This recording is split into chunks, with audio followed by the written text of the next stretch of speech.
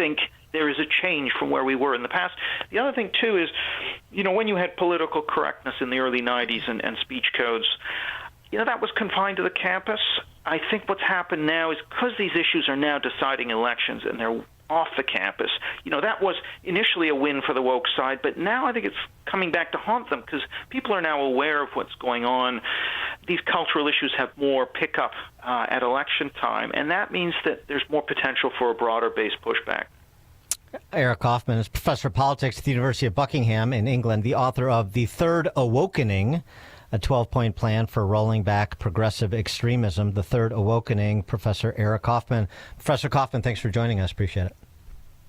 Thanks a lot, Dan. And he joined us on the Turnkey.pro answer line, that is.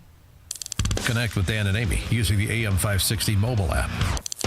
Download it today at 560theanswer.com/mobile.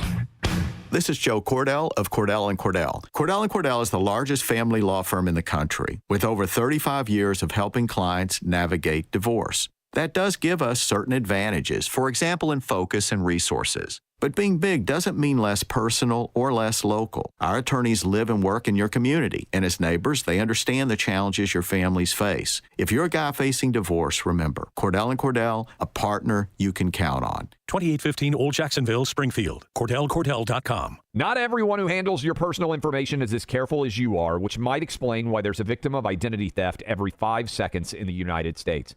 Fortunately, there's LifeLock. LifeLock will monitor hundreds of millions of data points a second for threats to your identity.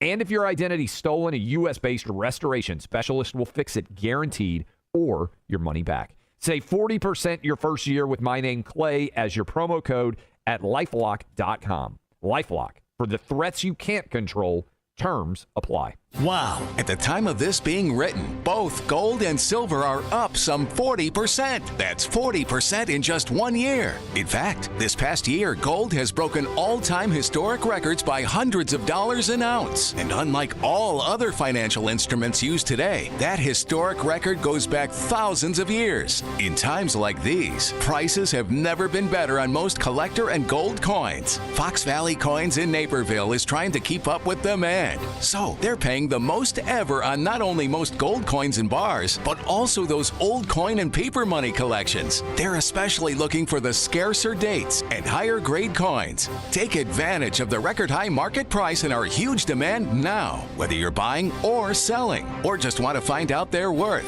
Fox Valley Coins is the place to go. Fox Valley Coins is on Route 59, just 1 light north of I-88 at the Naperville-Warrenville border. Family-owned integrity since 1981.